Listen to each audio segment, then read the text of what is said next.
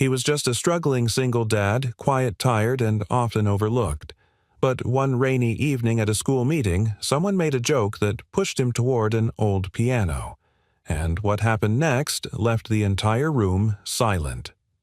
If heartfelt stories move you the way music can, don't forget to subscribe and follow this journey through to the very last note. Now, let's begin.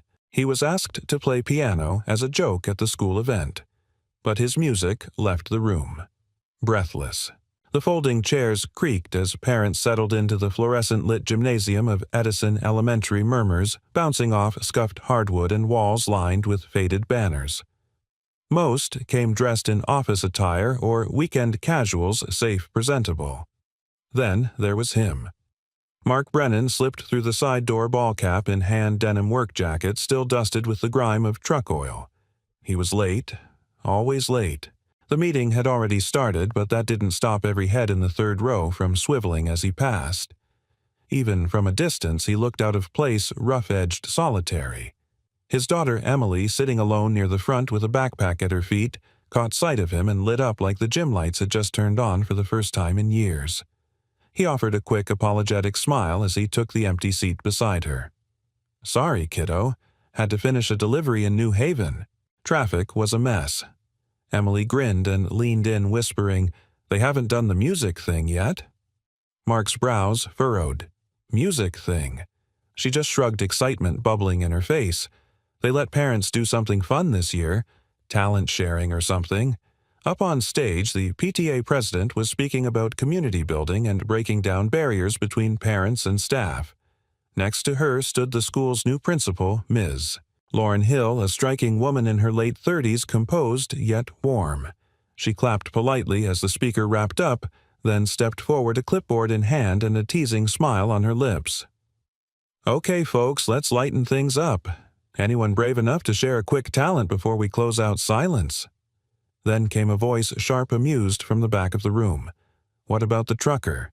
It was a man in a pressed golf shirt seated among a group of smirking parents. "Come on, let's see what blue collar sounds like on the piano." A few chuckles rippled across the rows. Mark's body tensed. Emily looked up at him, confused. "They're talking about you." He didn't respond, didn't flinch, just stared ahead as Lauren scanned the room. Her gaze landed on Mark. A flicker of recognition passed across her face, though she couldn't quite place him. Still, she stepped in to salvage the moment. "No pressure, of course," she said gently. "But we do have a piano here. If anyone feels like sharing something—" Emily tugged on his sleeve. "You can play Dad." Mark didn't move. "Please." He turned toward her. Her eyes were wide, not pleading exactly, but trusting, believing. And that was what did it. He stood slowly. The room fell quiet. The PTA president's brows lifted in surprise. The parents who had laughed now watched with half-amused skepticism. Lauren folded her arms, curious. Mark walked down the narrow aisle, each step like a drumbeat against the stillness. At the front, he hesitated beside the piano, an old upright with chipped ivory keys and a nameplate dulled by time. He ran his fingers lightly over the surface, then looked up, locking eyes with Lauren for the first time. There was something there, something unspoken. She didn't smile, just nodded once. He sat. Silence deepened. Mark closed his eyes. His hands hovered over the keys. And then he played. Not a jingle, not a clumsy rendition of a wedding march. He played Clair de Lune, but not the standard version. This one breathed differently, jazz-touched like moonlight trickling over rain-soaked pavement.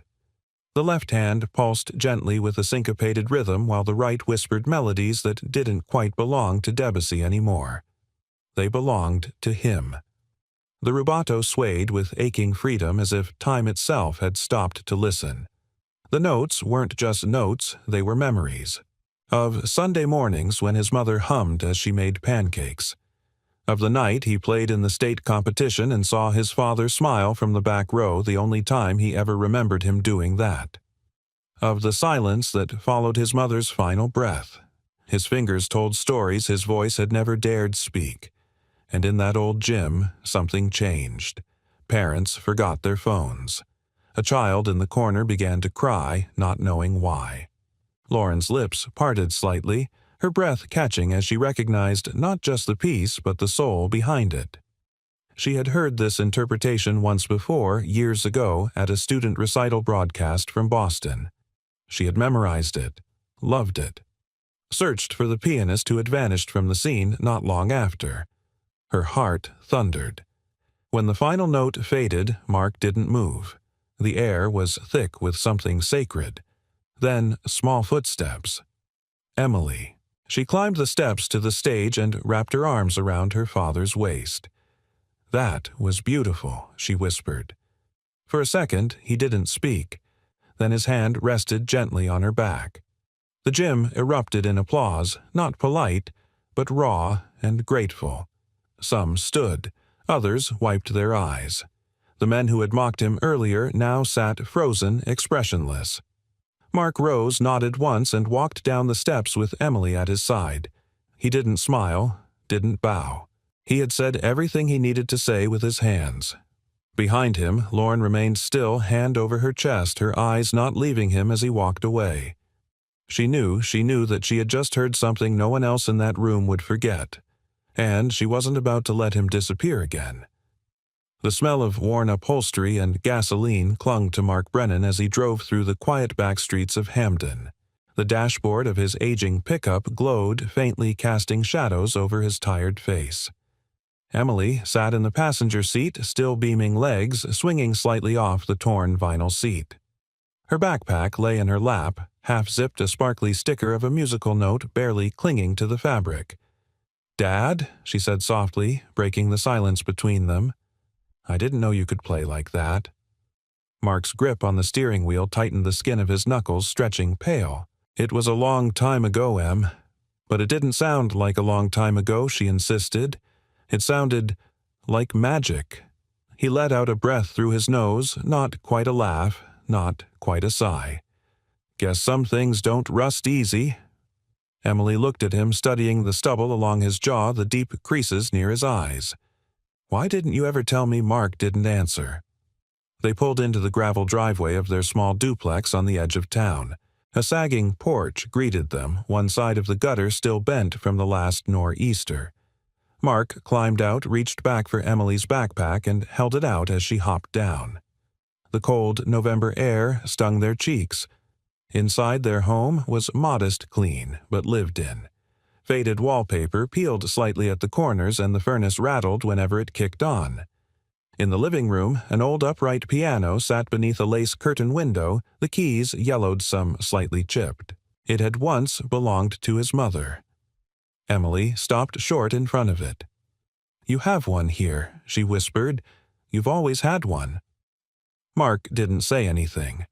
He walked past her into the kitchen, flicked on the light, and opened a can of chili. As it simmered, he leaned against the counter and stared at the far wall like it might offer answers. He could still feel the keys under his fingers. They weren't smooth anymore. His hands were calloused from years of loading crates and hauling equipment. But when he played, they remembered. That scared him more than he cared to admit. Emily appeared in the doorway, her eyes hesitant. "Was that song something you made up?" No, Mark replied. "It's called Clair de Lune. A French composer wrote it. But it didn't sound like the version I heard on YouTube. That's because I played it differently." How he turned, looked at her, saw her curiosity, her longing to understand. He softened. When you know a piece so well that it's a part of you, you can stretch it. Like pulling taffy. You slow down here, speed up there. You let silence speak when notes can't. That's called rubato. "Rubato," she repeated slowly. He smiled faintly. "Exactly." Emily paused, then asked, "Did you used to play in concerts?" He nodded once. "Before you were born." "Why'd you stop?" He turned back to the chili, stirred it with a slow hand. Life got complicated. Emily waited, sensing the end of the conversation. She crossed to the piano, pressed one tentative note. It rang out, pure and lonely. "Do you think you could teach me?" she asked. Mark didn't respond right away. He closed his eyes, remembering what it had cost him to walk away from it all. Competitions, conservatories, the scholarships. And yet tonight, for the first time in years, his fingers had found something more important than applause. Emily's awe. He opened his eyes. Maybe. We'll see. She smiled and ran off to her room, the floorboards creaking beneath her feet. Mark stood alone again, the house settling around him, the silence almost too full. Elsewhere in town, Lauryn Hill sat at her desk in the dim light of her office. The school had long since emptied out, but she hadn't wanted to go home. Not yet. Not after that. She had heard talent before. Trained talent. Students who could mimic technique teachers who could impress with theory. But that performance tonight, it wasn't just played. It was lived. She opened her laptop, typed Claire de Lune, jazz interpretation male pianist, but the results were scattershot. She frowned, brows furrowing.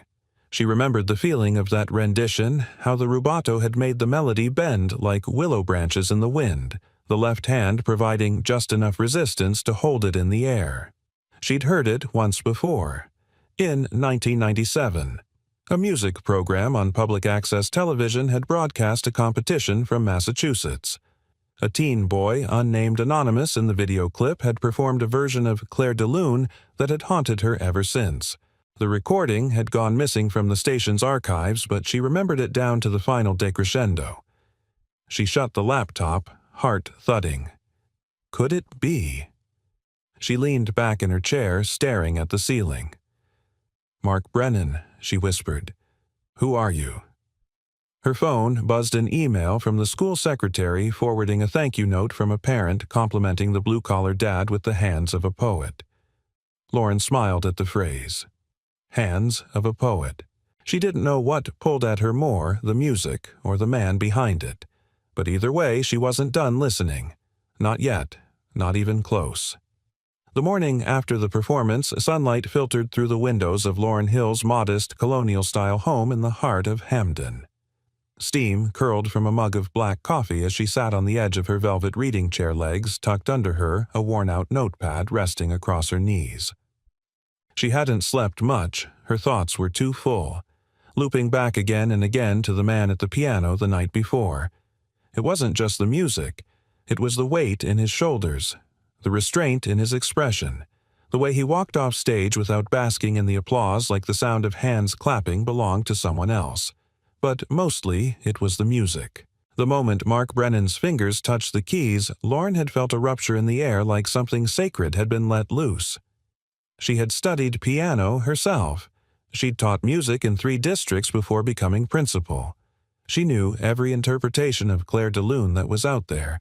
But this one carried grief and longing like a melody that had waited too long to be heard. It wasn't the performance of someone merely talented. It was the voice of someone who had loved, lost and buried a piece of himself beneath the silence. She set the mug down and rose from the chair. Her steps led her upstairs to the attic where the smell of cedar and dust clung to the air like memory. She hadn't been up there in years. Her mother's boxes were still untouched in the far corner, old LP's photo albums, and the last letters her mother had written before the cancer took her. Lauren knelt beside the largest trunk and lifted the lid, exhaling at the familiar creak of the hinges. She thumbed through decades of records before she found a clear plastic sleeve inside of which was a burned CD with a handwritten label.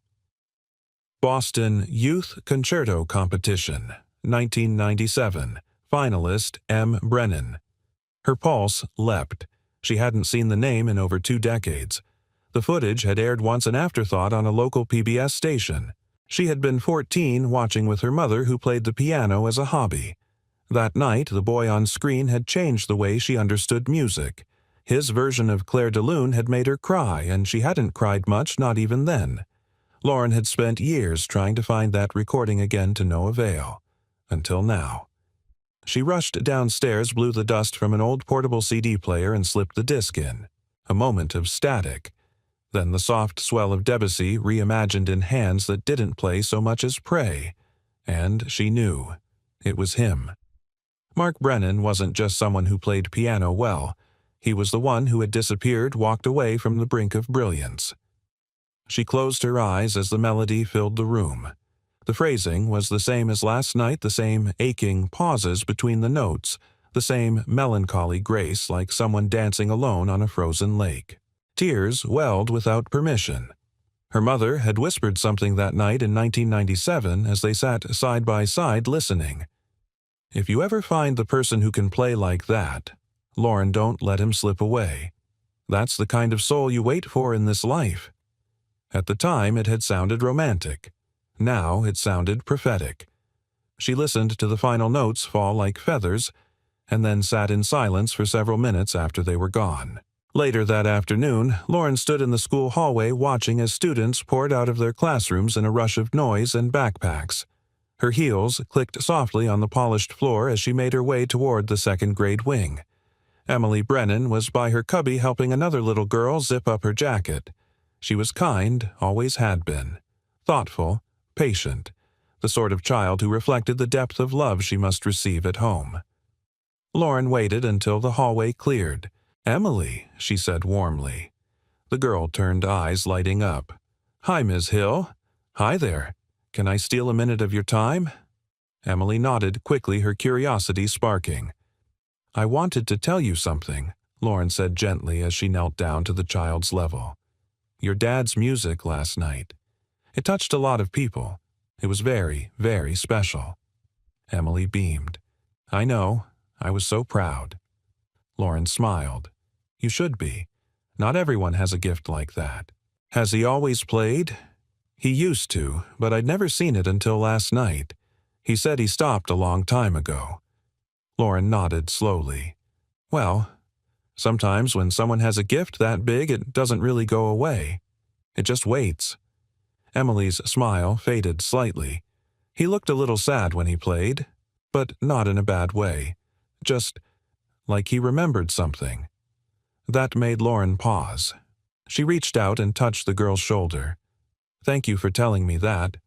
You're very wise." Emily shrugged shyly. "My mom used to say the same thing." It hit Lauren like a chord pressed too hard, raw and unfiltered. "I'm sure she was a wonderful woman." "She was," Emily whispered. A pause hung between them before Lauren cleared her throat and stood. "If it's okay with your dad, maybe we could find a way to let him play again. Maybe at a school event or something small." Emily lit up again. "You really think he would?" "I think. Maybe he needs someone to believe he still can." That night, back in her office, Lauren pulled out a blank note card and began to write. "Dear Mr. Brennan, I want to thank you for what you shared with us at last night's meeting. It was more than music. It was a moment that none of us will forget. I know you didn't intend to become the center of attention, but sometimes the quietest voices leave the loudest echoes. If you're open to it, I'd love to talk more about music, about possibilities, and about what comes next.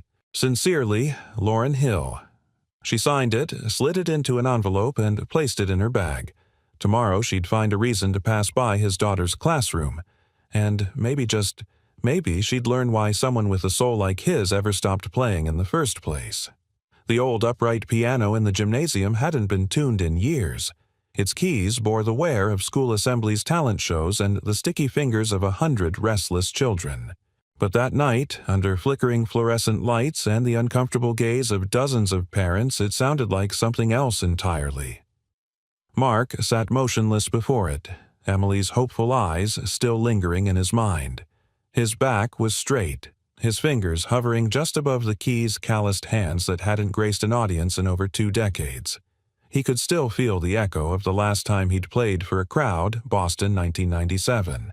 A televised youth competition. His name had been whispered by judges, critics, even college scouts. Then his father had a stroke, and the music ended. Until now. He exhaled. Then he played. The opening notes of Clair de Lune fell like soft rain, delicate, unhurried, and impossibly fragile.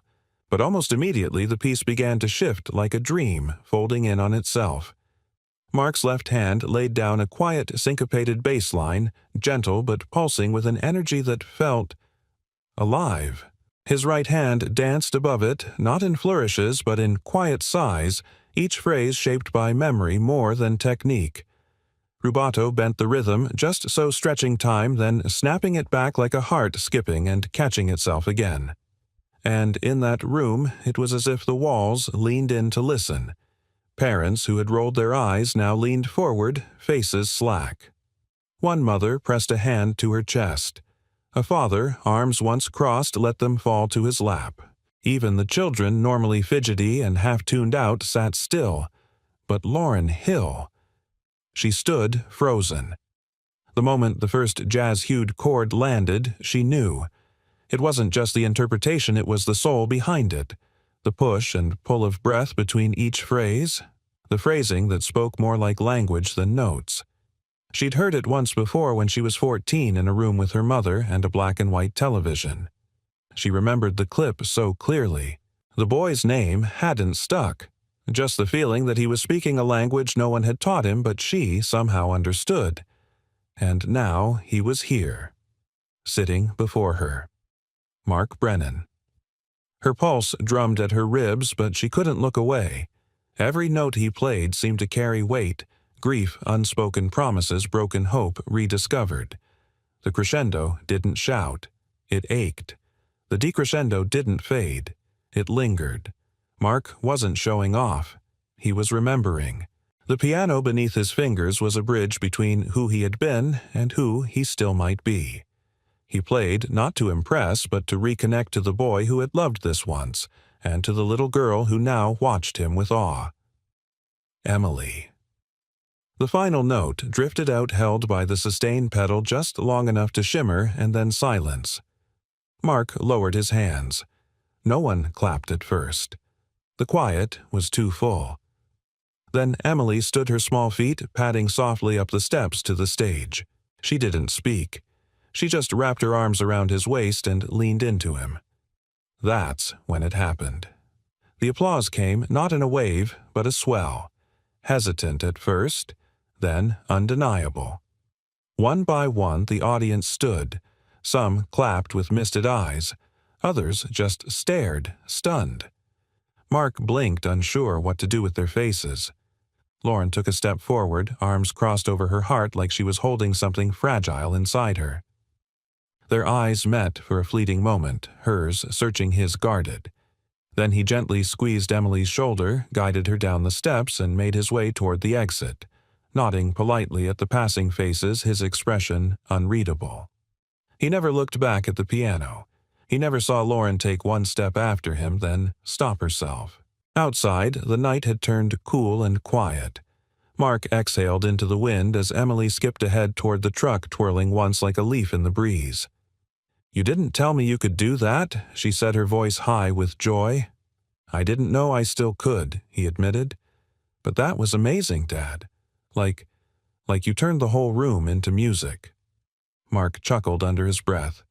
"You always say the wildest things. I mean it." She climbed into the passenger seat and hugged her backpack tight. "They'll talk about that forever." "I know they will." He paused before getting in, looking up at the dark sky, the moon nearly full. He wasn't so sure, but something had changed. He felt it in the way the air moved, in the way the silence inside him no longer rang quite so empty. Inside the school, Lauryn returned to her office and sat down at her desk, hands still trembling. She replayed the image in her mind, the calloused hands, the music pulled from memory, the little girl's hug. She opened her laptop, typed in a search Mark Brennan piano, and hit enter. Nothing. Not a single performance listing. No YouTube videos. No bio. It was like he'd vanished after that 1997 recital. But Lauryn didn't need the internet to confirm what she already knew in her chest. He was the boy who once made her believe that music could speak truths deeper than words. And now he was the man who had just reminded her why she believed in second chances. She leaned back in her chair, breath shallow, heart loud. She hadn't planned on tonight meaning anything more than a few polite handshakes and an awkward PTA skit. But somehow everything had changed. And she wasn't going to ignore that. Not this time. The envelope sat on Lauryn's desk all morning like it had a pulse. She'd rewritten the note 3 times, once too formal, once too forward, and finally the version that now lay sealed with her name, carefully signed in blue ink. Not Principal Hill, just Lauren. She didn't fully understand why this mattered so much, but something inside her was tugging with insistence. It wasn't just the performance, it was the man behind it, the contrast between the silence in his eyes and the thunder in his music. She couldn't stop thinking about it. Or about him. The first bell rang. Lauren moved through the corridors greeting students with her practiced warmth, but her mind wandered. Mark Brennan had slipped through her fingers once in 1997 when she saw his name flash briefly on a television screen, and never again after. She was just a girl then. But now, she wasn't going to miss him twice. When the hallway cleared and classrooms settled into their morning rhythm, she made her way toward the second-grade wing envelope in hand. Emily's classroom door was propped open. The girl sat at her desk drawing a tiny piano on the corner of her math worksheet. Lauren knocked gently on the frame. The teacher looked up and smiled. "Good morning, Ms. Hill." "Morning," Lauren replied. She stepped just inside, keeping her voice soft. "I have something for Emily's dad. Would you mind if I leave it with her?" The teacher glanced at Emily. Not at all. Lauren knelt beside the girl's desk and offered the envelope. "Hi, Emily." "Hi, Ms. Hill." Emily smiled, her eyes bright. "This is for your dad. Could you make sure he gets it?" Emily nodded eagerly. "Is it about the music?" Lauren's smile deepened. "Sort of. It's about what comes next." That evening, Mark came home late again. His workday had been longer than planned. A last-minute delivery extension traffic on the parkway, a flat on I-84. The smell of diesel still clung to his jacket as he stepped into the house. Emily was at the table scribbling on a piece of construction paper.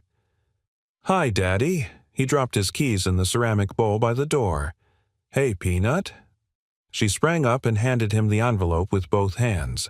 "From Ms. Hill. She said it's about what comes next." Mark raised an eyebrow. "What does that mean?" "I don't know." She shrugged, then grinned, but she was smiling when she said it. Mark turned the envelope in his hands. It was light, neat, deliberate. He opened it carefully. "Dear Mr. Brennan, last night your music left an imprint on this school and on many of us personally. It was more than talent. It was truth. I hope you'll forgive me for saying this so directly, but I believe there's more to your story than what we saw on that stage. If you're open to it, I'd love to hear about that story. No expectations, no spotlight, just conversation. There's a bench on the east side of Mill River Park. I walk there most weekends. Saturday at 10 a.m., if you're free. Warmly, Lauren Hill." He read it twice, then a third time. It wasn't romantic, but it wasn't impersonal either. There was curiosity behind those words, not the kind that gawked, but the kind that listened. He set the letter down. Emily watched him closely. "Are you going to go?" "I don't know yet." "You should," she said like it was the most obvious answer in the world. "She likes your music, and she was really nice to me today." Mark stared at the ceiling for a moment, his jaw tight. "It's just been a long time since someone asked me to talk about the past." Emily reached out and touched his hand. Maybe that's because no one was ready to hear it until now. He looked down at her heart, twisting at the simple wisdom in her voice. Then he nodded. "All right," he said quietly. "Maybe I will." Saturday morning arrived crisp and golden. Autumn had fully settled in turning the trees at Mill River Park into towers of flame. Mark arrived, early hands stuffed in the pockets of his faded jacket, his boots crunching along the path. He saw her before she saw him. Lauren sat on the bench facing the river scarf, loose around her neck, a paperback resting on her knee, but forgotten. The breeze played gently with her hair. She looked peaceful, but not distant. Focused. Present. Mark hesitated, then stepped forward. She turned at the sound of his approach and smiled, not a polite smile, but one of quiet welcome. "I wasn't sure you'd come," she said. "I wasn't sure either." They sat in silence for a beat. Then Lauren turned to him, hands folded in her lap. "I hope I didn't overstep writing to you." "No," Mark said. "You didn't." She nodded, then asked, "Do you still play?" He looked out at the river. "Not really. Only when no one's watching. Or when someone's watching who matters." She considered that. "Why'd you stop?" Mark took a long breath. "My dad got sick when I was 17. Stroke. He couldn't work. My mom had passed a few years before. I was supposed to go to Juilliard, had the recommendation letter ready. But I stayed. Because of him. Because family doesn't disappear when it's inconvenient." Lauren said nothing for a moment. Then that was a choice. A brave one. It didn't feel brave. It felt necessary. Their eyes met again, and something unspoken passed between them. "I heard you," she said, voice quieter now. "When you played, I don't mean the notes, I mean you. Your story." Mark didn't know what to say. No one had ever said that before, so she continued. "When I was a girl, I heard your version of Claire de Lune on TV. I memorized it. I thought about it for years. It made me believe in music again after my mom got sick. That sound, that depth, it didn't just entertain. It healed." She smiled gently. "And last week I heard it again. Same touch, same soul, only stronger, wiser." Mark blinked against the wind. "You remembered me?" he asked. "No," she replied softly. "I remembered the feeling of you." For a long time, neither of them spoke. The river flowed steadily beside them. Finally, Mark cleared his throat. "I don't know if I still belong to that part of myself." "I think you never stopped," Lauren replied. "You just needed someone to remind you it was still there." Mark looked down at his hands. Calloused, scarred, but still capable, and maybe ready to play again. The attic hadn't been opened in years. The wooden ladder groaned beneath Lauren's weight as she climbed up slowly, carefully. Dust stirred in the filtered morning light motes drifting through the air like memories too long buried. The scent hit her the moment she pulled herself up, aged cardboard old linens, the faint sweetness of cedar, and something else. Something distinctly her mother, lavender and yellowed paper. She hadn't planned on coming up here. Not today. But after her conversation with Mark at the park, something had lodged in her chest like a note left unresolved. The words he said, the way his voice trembled just slightly when he spoke of his past, it was the same tremor she'd heard in that Claire de Lune performance all those years ago. Not just a brilliant rendition, a soul echo. And now she needed proof. Lauren crouched beside a weathered trunk and brushed her fingers over the lid. Her mother's writing was faint but still visible. Spring 1997. Music recital recordings. She lifted the lid. Inside were half a dozen VHS tapes, a few faded photo envelopes, and one plastic CD sleeve with a note scrawled in blue ink, PBS, Youth Concerto Finals, April 1997. Finalist, M. Brennan. Her breath hitched. She remembered this. The night it aired, her mother had pulled her away from homework saying, "Just listen. Don't watch. Let the music draw the picture."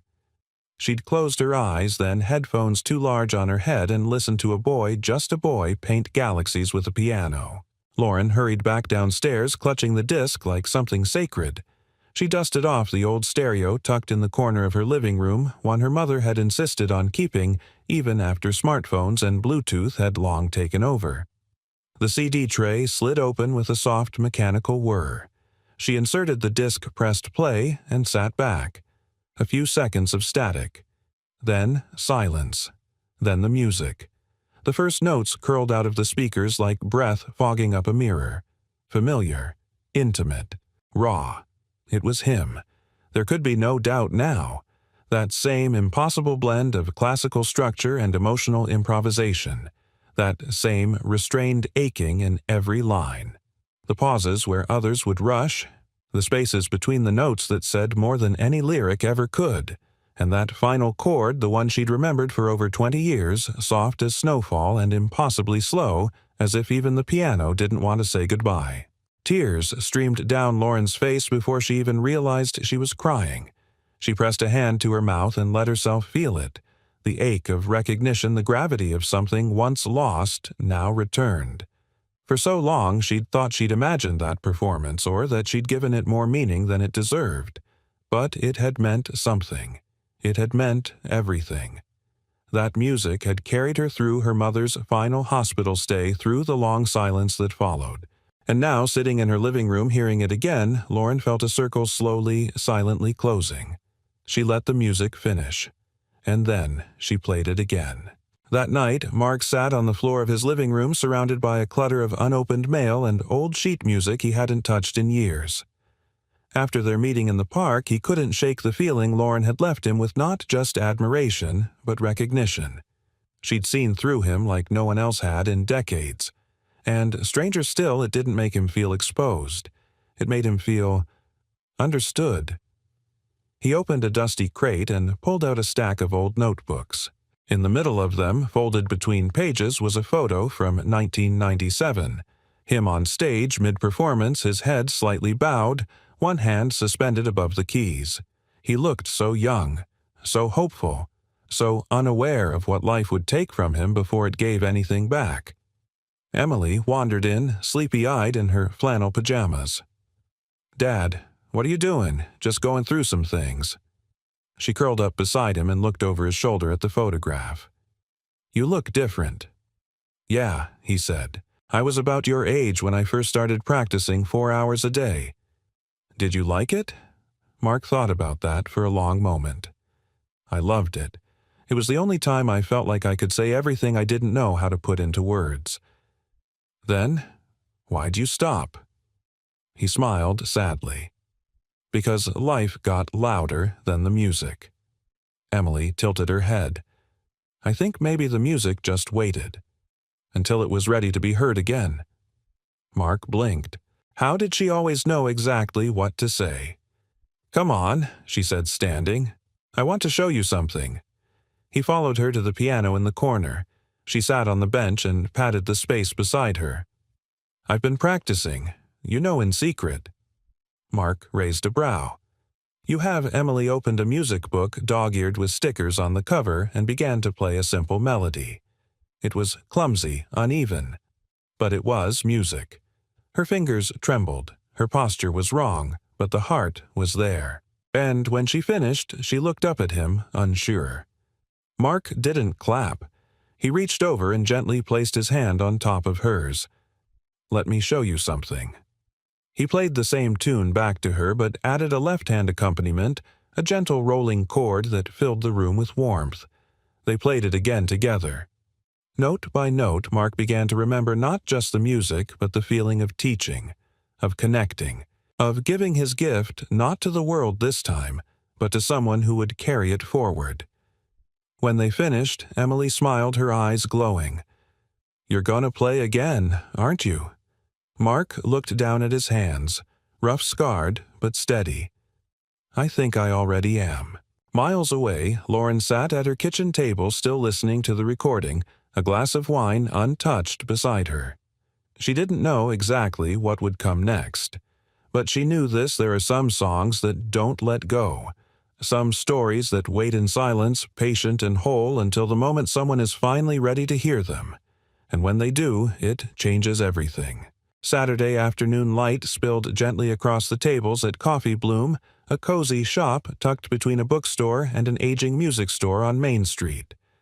Mark Brennan stirred a little honey into his tea, the spoon tapping softly against ceramic as he watched the window fog slightly with the chill from outside. Autumn in Hamden had arrived fully now. Crimson leaves scattered the sidewalks and the air held the clean scent of wood smoke and distant rain. Lauren sat across from him, her hands wrapped around a mug of something warm and cinnamon-scented. She wasn't in heels or her usual blazer today. Instead, she wore a thick knit sweater and jeans, her dark hair loose, her expression open. She studied him carefully, not the way a teacher studies a student, but the way a musician reads a sheet of music written in someone else's hand. "I listened to the recording," she said softly. Mark looked up. "The one from last week." She shook her head. "The one from PBS, April 1997. He blinked. "It was you, wasn't it?" she asked. "Boston. The Youth Concerto Finals." Mark's breath left him slowly, as though something fragile inside had just cracked open. I didn't think anyone had that anymore. I found it in my attic, she said. My mother recorded it. You played Clair de Lune just like last week. But back then, you played it like a boy who didn't know what the world could take from him yet. He swallowed. And now, Lauren continued, her voice gentle. You play it like a man who's lived through the taking, and somehow still has something beautiful to give. Mark looked down at his tea. That's a poetic way of saying, I've gotten older. It's not about age, she replied. It's about honesty. That's what I heard in your music. That's what I think everyone heard. He didn't answer immediately. His gaze wandered to a young man at the far table with earbuds in, bobbing his head to something the rest of the world couldn't hear. Mark smiled faintly. When I was 17, he said I had a full scholarship lined up to Juilliard. Letters from professors. Offers from 2 small record labels. A music mentor who thought I'd be playing in Europe by the time I was 21. Lauren's breath caught. You were that good. I was young and obsessed. I practiced 5-6 hours a day. I didn't have friends. Didn't go to prom. My whole life was piano. What happened? Mark looked at her now, not hiding the weight in his eyes. My father collapsed in the garage 2 weeks before I was supposed to leave for New York. Massive stroke. No health insurance. No extended family. My mom had passed when I was 13. So it was me. I didn't even think about it. I just stayed. Sold the piano. Took a job. Paid the bills. Lauren sat back, stunned by the clarity in his voice. No bitterness. No regret.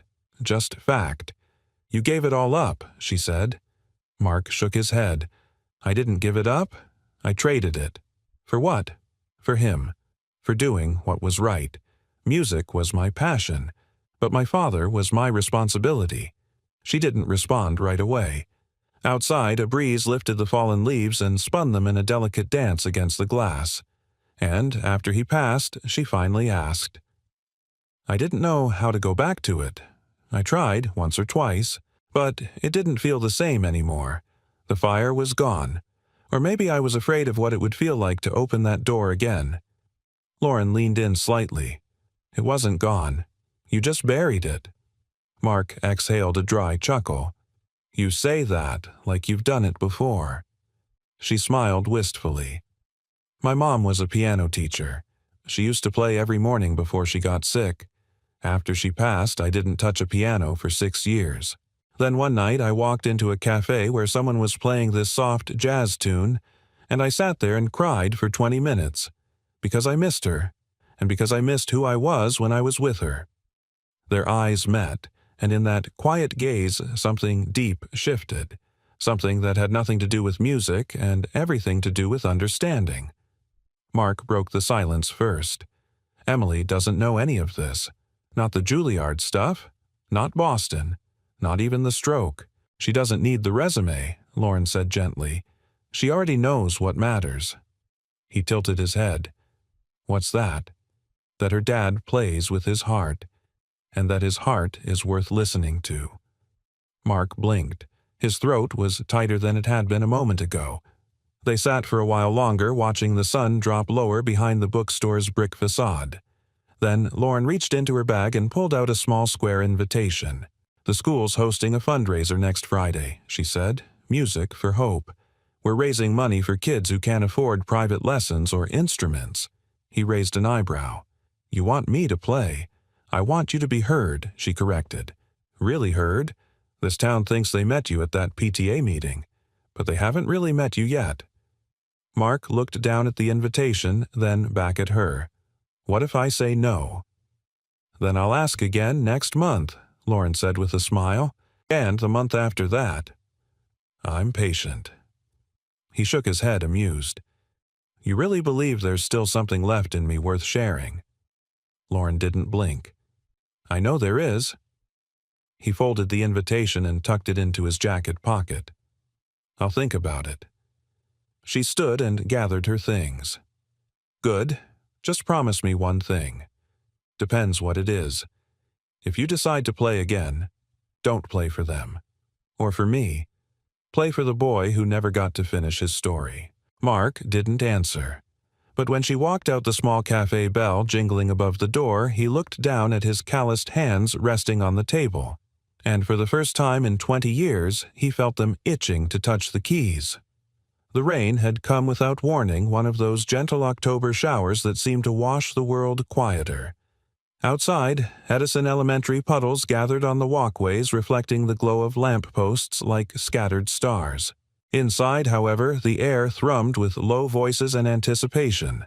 Parents, teachers, and students filled the gymnasium, now transformed into a humble concert space.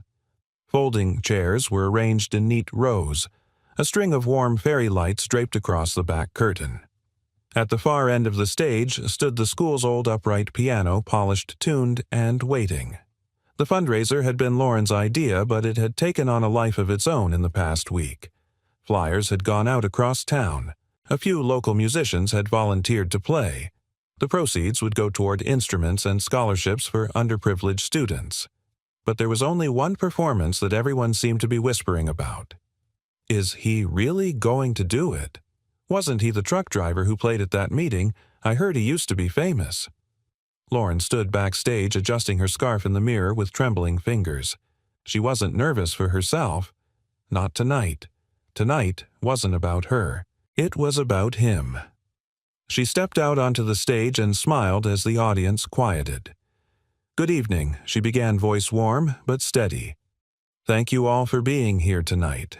Music has always been a part of this school's soul. But tonight it's about more than songs. It's about second chances. About stories that wait in silence until someone is ready to tell them again."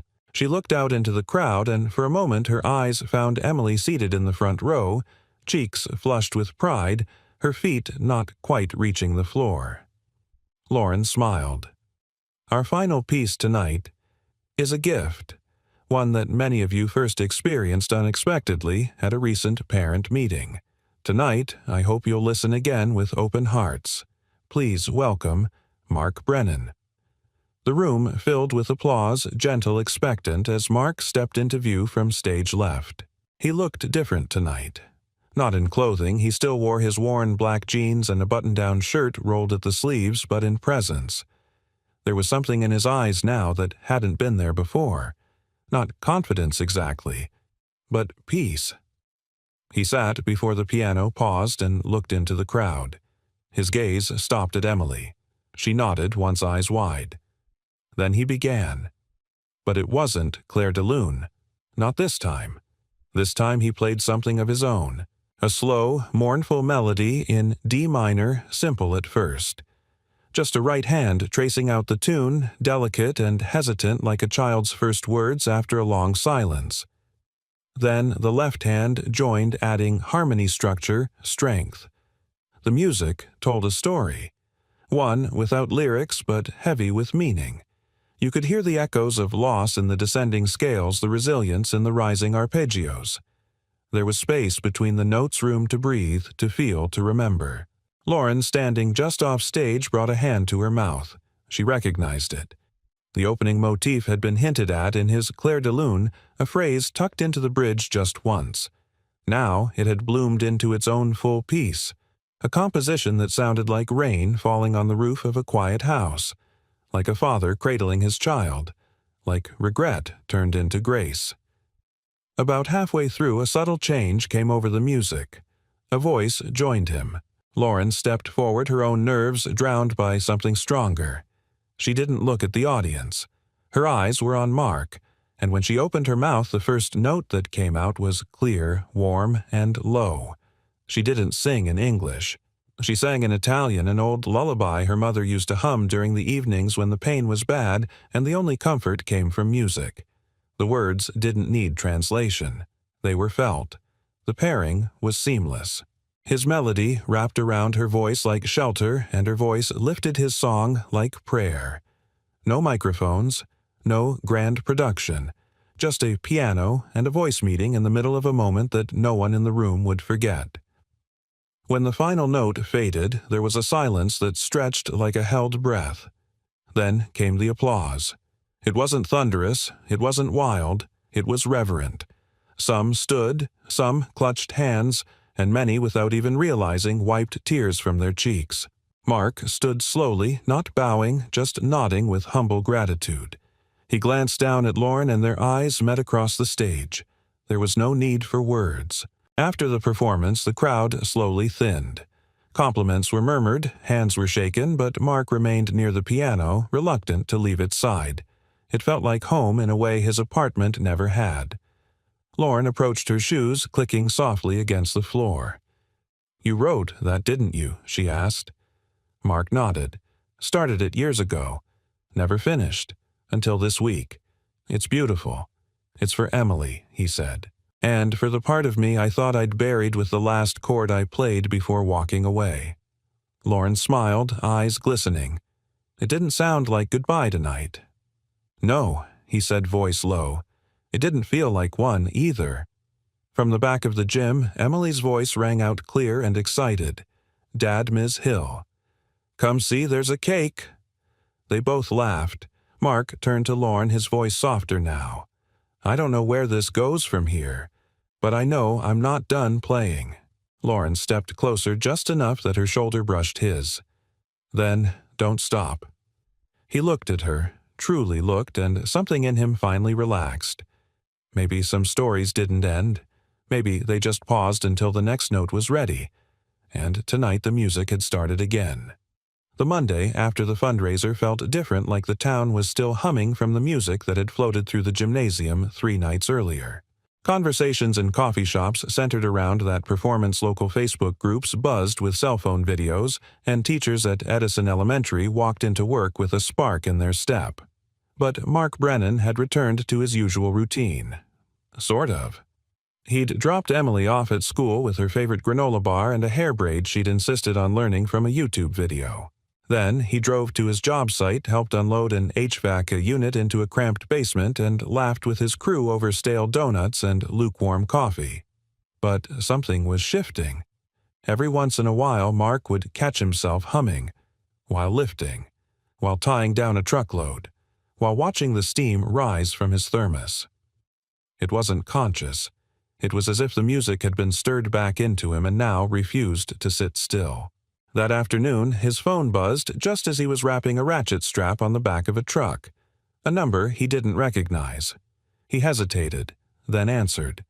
Mark Brennan, speaking. The voice on the other end was crisp, professional. "Mr. Brennan, this is Deborah Wolf from WNH Public Radio. I hope I'm not catching you at a bad time." Mark blinked. No, I'm fine. We received a recording of your performance from Edison Elementary's fundraiser. One of our listeners submitted it to our Arts and Culture desk. I wanted to reach out personally. He didn't speak, uncertain whether he was being praised or politely warned. It was extraordinary, she continued. Your composition was original. Yes, it moved people. Deeply. It moved me. Mark wiped a hand on his jeans, struggling to find his footing in this unexpected moment. Thank you. That means a lot. We'd love to do a segment, she said. An interview. Maybe even a feature performance in our studio. Mark went still. You don't have to answer right now, Deborah added quickly. I know it's a lot. But think about it. We're not looking for celebrity stories. We're interested in the human stories. And yours. Her voice softened. Yours is exactly the kind that helps people believe again. He gave her his email and promised to think it over. But even after the call ended, he stood frozen for a long time, the ratchet strap still clutched in his hand. He thought of Emily. He thought of the years that had slipped by without a single key pressed. And he thought of Lauren, her voice soaring in harmony with his melody, the look in her eyes afterward like she saw not just the man he'd become, but the boy who had once dreamed big. That evening, Mark sat at the kitchen table with Emily, a plate of spaghetti between them. She twirled noodles like a seasoned pasta chef, then looked up with a sly grin. Dad. Yeah, I saw Ms. Hill today. She said you got a call from a radio station. Mark raised an eyebrow. She did, huh? Emily shrugged, entirely too innocent. She just mentioned it. Casually. Like in passing. Twice. Mark smirked. She's not subtle. She also said you haven't called them back. He leaned back in his chair, exhaling slowly. I haven't decided. Emily set down her fork. Why Mark looked at her really looked. The way her eyes had grown more aware lately. The way her shoulders carried a new kind of strength. She wasn't just his daughter anymore. She was becoming a person with her own rhythm, her own music.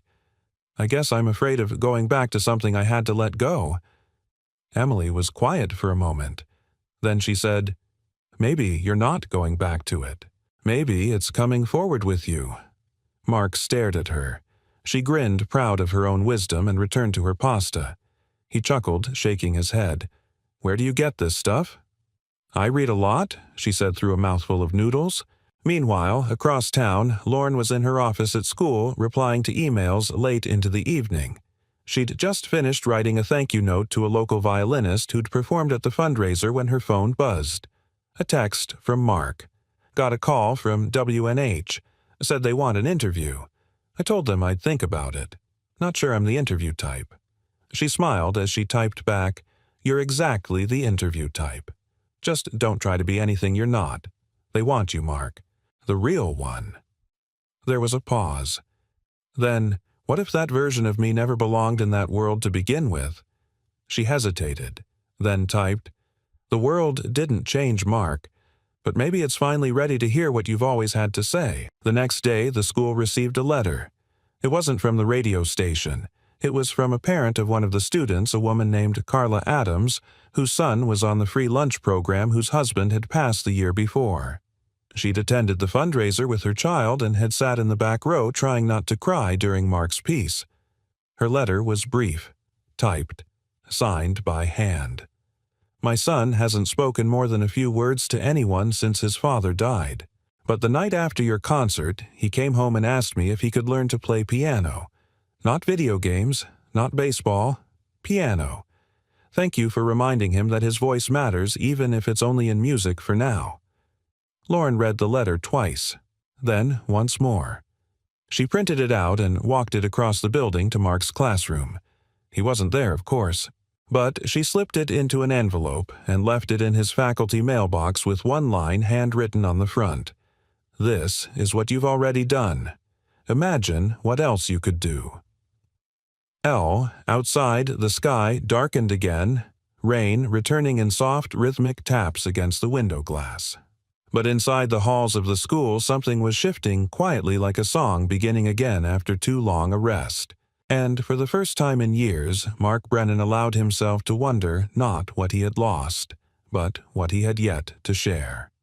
The wind carried the scent of maple and fireplace smoke as Mark stood in the living room, staring at the old upright piano. The late afternoon light poured through the lace curtains, pooling on the floor like golden silk. Emily sat cross-legged beside him, a stack of music books open between them, her fingers smudged with pencil marks and her cheeks flushed from excitement. Okay, she said, but I don't get this part. She pointed to a cluster of eighth notes at the top of the page. Why does it go faster here if there's no tempo change written? Mark smiled faintly. That's feel, not theory. Emily blinked at him. That's not in the book. It's not supposed to be. He reached over and gently tapped the notes. See, when your heart speeds up, your hands follow. That's how you tell the truth without saying a word. Emily's brow furrowed in concentration as she nodded, eyes flickering between the page and the piano keys. Mark watched her a moment longer, his chest aching in that soft, familiar way, the way a parent's heart always does when watching their child stand on the edge of a discovery. And something inside him moved. He stood, walked to the small bookshelf in the corner of the room, and pulled out an old faded manuscript notebook. The pages were yellowed at the edges. The handwriting inside precise measured his own from decades earlier. Most of it was music, some of it unfinished. There were scraps of melodies, brief lyrical lines, and sections where notes had been erased and rewritten over and over. He turned to the last page. Blank. M, he said. She looked up. I want to show you something. He placed the notebook on the music stand and sat down beside her, brushing his fingers over the keys as if greeting an old friend. The melody came slowly, at first tentative, almost unsure. Then it deepened, expanded. The left hand provided gentle support, a rolling foundation, while the right hand shaped a tune both new and familiar. Emily watched in awe. "What is that?" Mark didn't look at her. His eyes were closed now, lost in the sound. "It's the piece I never finished." She leaned closer, captivated. "When did you start it?" He smiled softly. "The night you were born." The music swelled more confident now. A quiet joy wrapped around its core like light through rain. The middle section lifted into a tender waltz rhythm, soft, circling like a dance between a father and daughter beneath twinkling lights no one else could see. Emily didn't speak again. She just listened. When the final chord fell, a warm, open D major, Mark let his hands linger. The vibrations in the wood beneath the piano lid trembled softly like breath held and released. He looked over at her.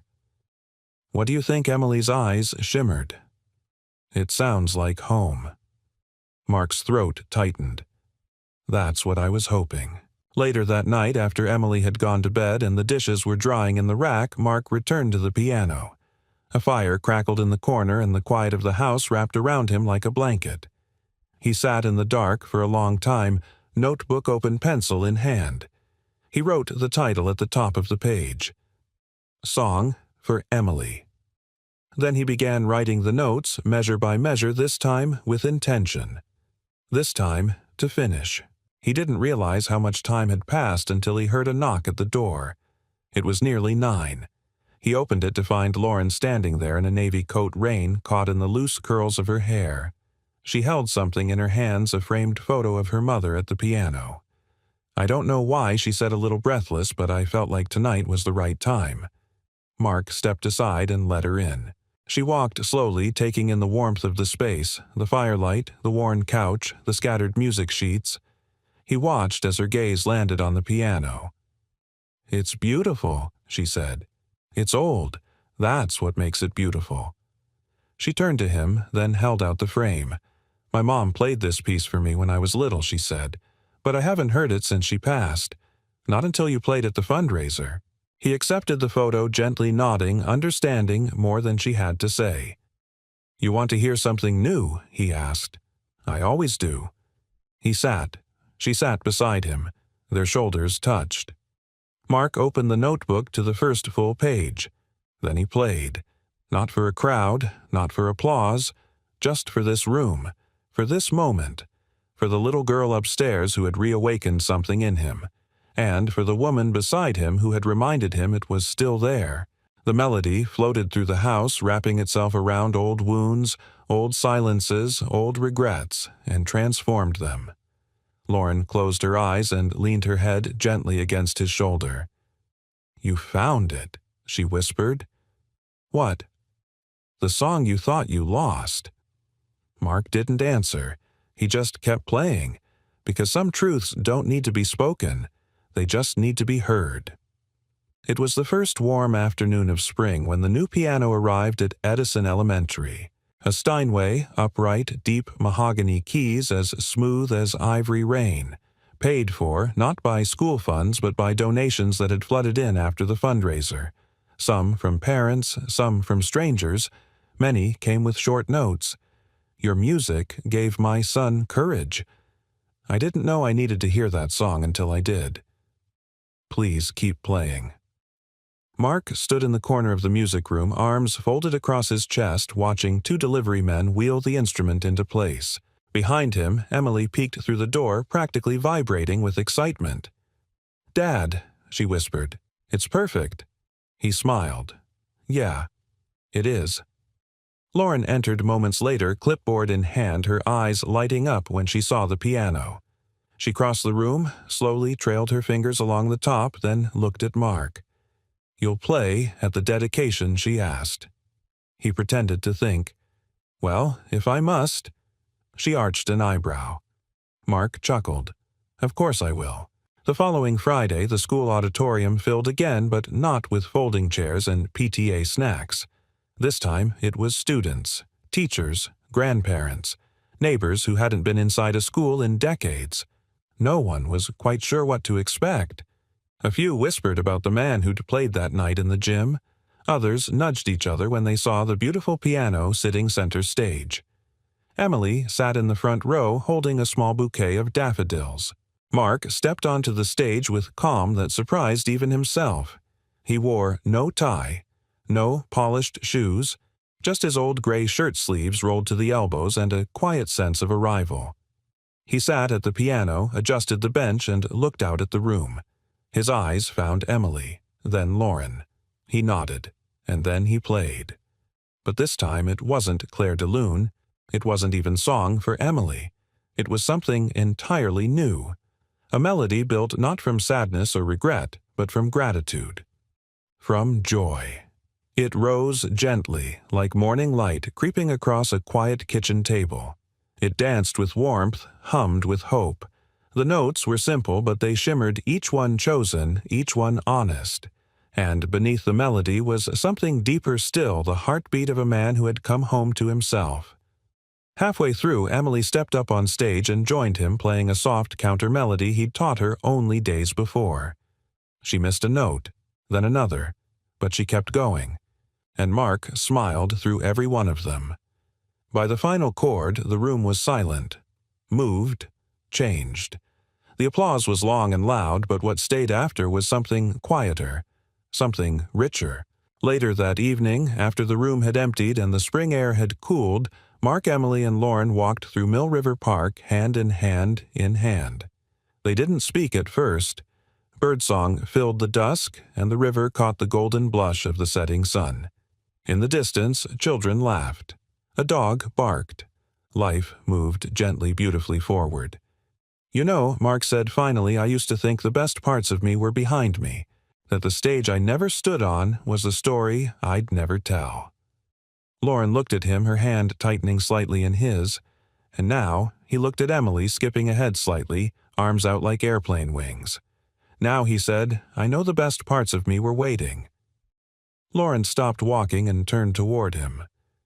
"You didn't just come back to music, Mark. You came back to yourself." He smiled, a little crooked, a little raw. "I guess I just needed someone to believe I still had a song left in me." She reached up and brushed his cheek. "You don't have a song left in you." She leaned closer, their foreheads nearly touching. "You have a lifetime." And he believed her. Not because she said it like a line from a storybook, but because when her eyes met his, they didn't just see who he had been, they saw everything he still could be. That night back at home, after Emily had gone to bed and the fire had burned low, Mark sat at the piano again. Just him. Just the keys. The notebook on the stand now filled with bars and markings, some messy, some neat, but all his. He placed his hands on the keys and closed his eyes. They remembered. They remembered every note, every silence, every moment when he thought he had lost it forever. But they also remembered the first time Emily hugged him after a performance. The first time Lauren's voice rose to meet his. The first time he played not for judges or audiences or applause, but for love. And so he began again. A new song. Because some hands, no matter how calloused or scarred, never truly forget what they were made for. They only wait for the right moment and the right people to remember. We'd love to hear where you're watching from. Drop your city or country in the comments below and let us know what part of the story moved you the most. If you enjoyed this journey, don't forget to subscribe for more heartfelt stories just like this one. Thank you so much for spending your time with us today. Until next time, take care and keep believing in the quiet miracles all around you.